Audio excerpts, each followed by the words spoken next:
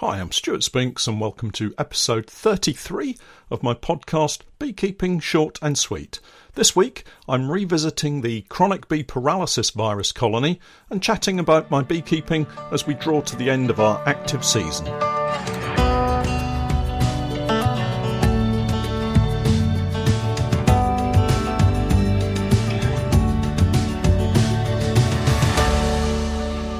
Beekeeping Short and Sweet.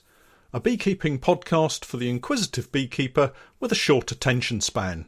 A beekeeper, in fact, just like me. Welcome once again to my weekly podcast, and my thanks to those of you listening via the Patreon page.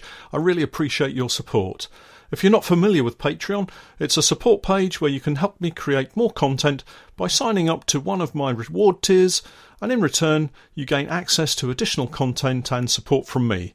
These start from as little as $1 per month, so I believe with the regular quality content I'm producing, $1 represents excellent value for money.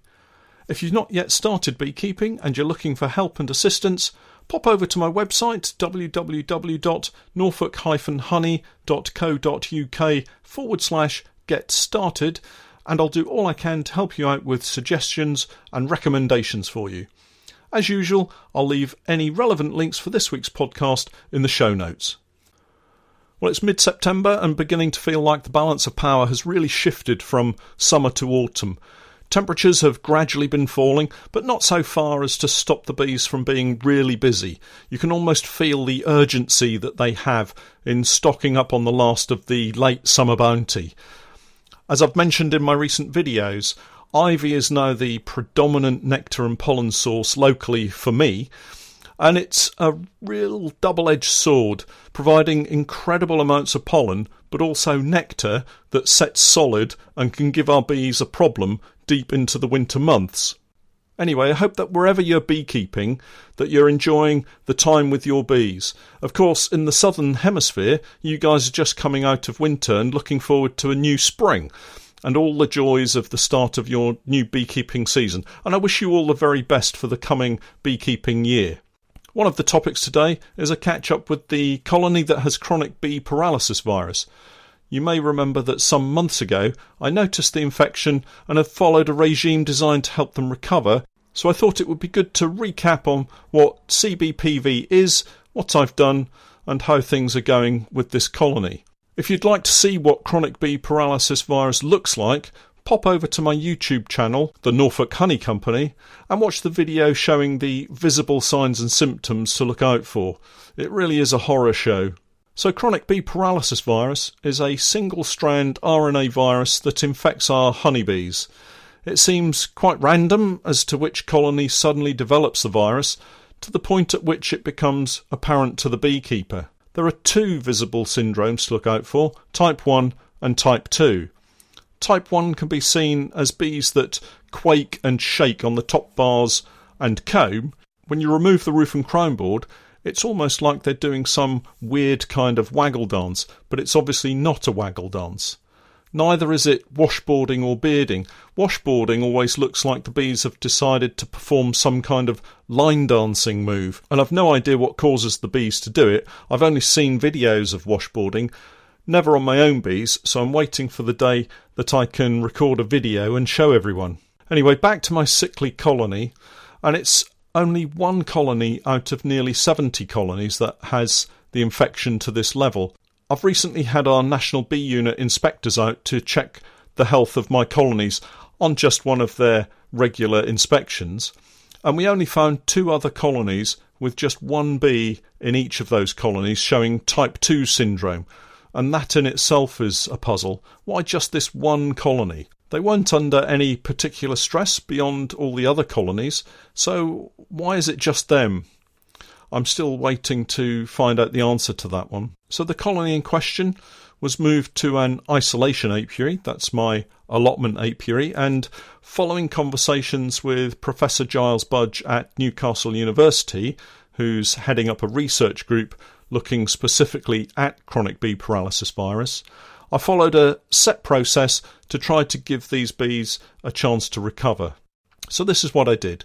I moved the colony 25 to 30 metres away from the stand and replaced the floor brood box and crown board on the original position. So completely new, clean equipment. I then caged the queen, and I want to come back to talk more about the queen specifically in a bit. But she was then placed back in the new kit on the original stand. All of the bees were shaken off the brood frames into the air, and the frames returned to the new brood box. I repeated this process a couple of weeks later. At this point, the bees had quite a bit of brood and capped food stores in all of the brood box area. When our local bee inspectors came to visit, we found the brood box to be completely empty of food stores, and the colony were on the point of starving. Now, there could be a couple of reasons for this. Fewer bees meant the various duties required of the bees in the brood nest caused a sudden drop in the number of foraging bees, and so they had to use up the stores in the brood frames. Or it may have been that the wasps were able to get into the brood box and rob out the stores, although I don't think this was the case, as the cells were not chewed away as they are when wasps attack. What was interesting was the near starvation lethargy that was exhibited by the bees. They were hardly moving, and it was obvious that it was a very close call. Anyway, I quickly added a bucket feeder with heavy sugar syrup. That's a 2-to-1 sugar to water ratio, and the bees were able to recover their energy fairly quickly. I did wonder if the near starvation situation would maybe have caused those heavily infected bees to die more quickly, as we have had quite a pile of bees both outside the hive and on the floor. I topped up the feeder just a few days ago, as they'd taken all of that original syrup down and they were back to their normal rate of movement, that considering that they have CBPV. So the current state of play is this. The colony has reduced to the size of a nuke, but there are only a few bees now showing type 2 syndrome. And type 2 syndrome is where they're looking almost like black, hairless bees. They look quite greasy, and their wings are somewhat dislocated. There are still a high number of bees showing type 1 syndrome, the shaking movement, but the bees are more active and still bringing in a lot of pollen, and of course at the moment that's the ivy pollen. I really don't know if all the effort I've put in with this colony will ultimately be worth it. That does sound a little harsh now that I say it, and I don't mean it to be. I do care a great deal for all of my bees, and I hate to see them suffering like this. I really do want them to recover, but as a bee farmer with many colonies, am I putting my other colonies at risk, and other beekeepers' colonies at risk, by trying to help this one colony to survive? I obviously won't be using any of the equipment, such as the hive parts, anywhere else until they've been scraped and scorched properly. It's an important part of maintaining healthy colonies that any equipment that's reused is completely cleaned before being moved around.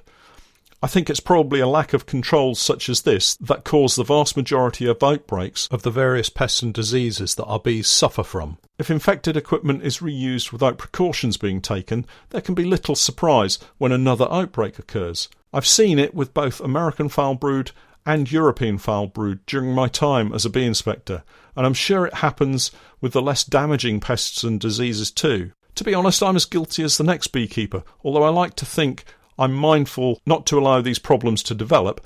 I recently messed up, and it just goes to show how quickly things can get out of control. At my sponsored apiary, the one with the Happy Valley Honey Langstroth polyhives, I had a couple of colonies in commercial hives, and one of these became a drone-laying queen, which was almost immediately attacked by wasps. I think this year it's become a familiar story, weaker colonies falling foul of wasps.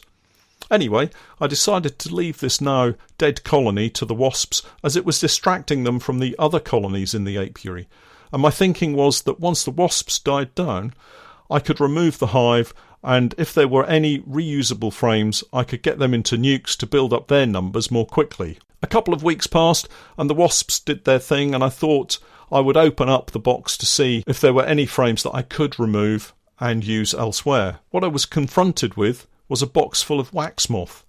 They'd pretty much destroyed any of the frames that could be reused, and all that could be done was to remove the hive and to burn the frames and destroy the wax moth.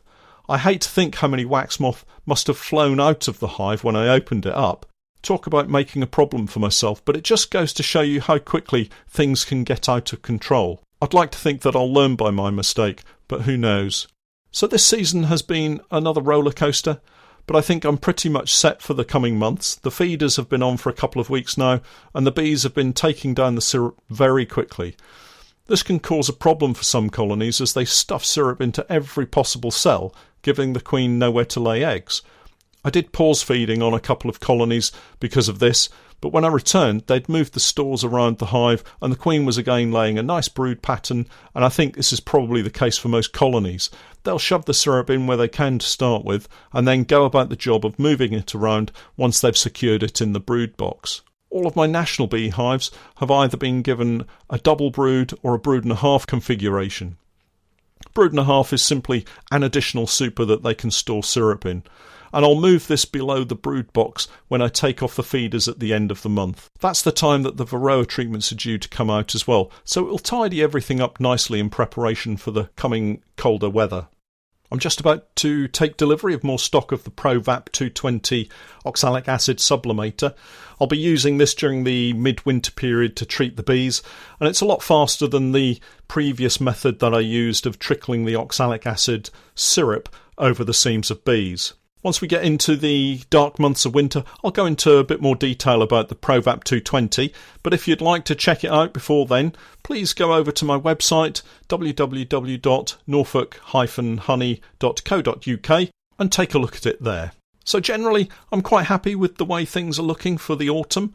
Just a few more inspections of colonies that have new queens or might still need feeding, but I won't be carrying out weekly inspections on all of the colonies now until next spring. That seems like such a long way off right now. I will of course keep an eye on the colony with chronic bee paralysis virus, and again I'll update you as we move into the winter to let you know how those guys are doing. And with any luck, between the podcast and videos, I can keep busy, keep you guys entertained, and sit out the time before we can again get back into the hives. Well, that's it for this week. Thanks for hanging around until the end of the podcast. We'll catch up again next week, but until then, I'm Stuart Spinks, and that was Beekeeping, Short and Sweet.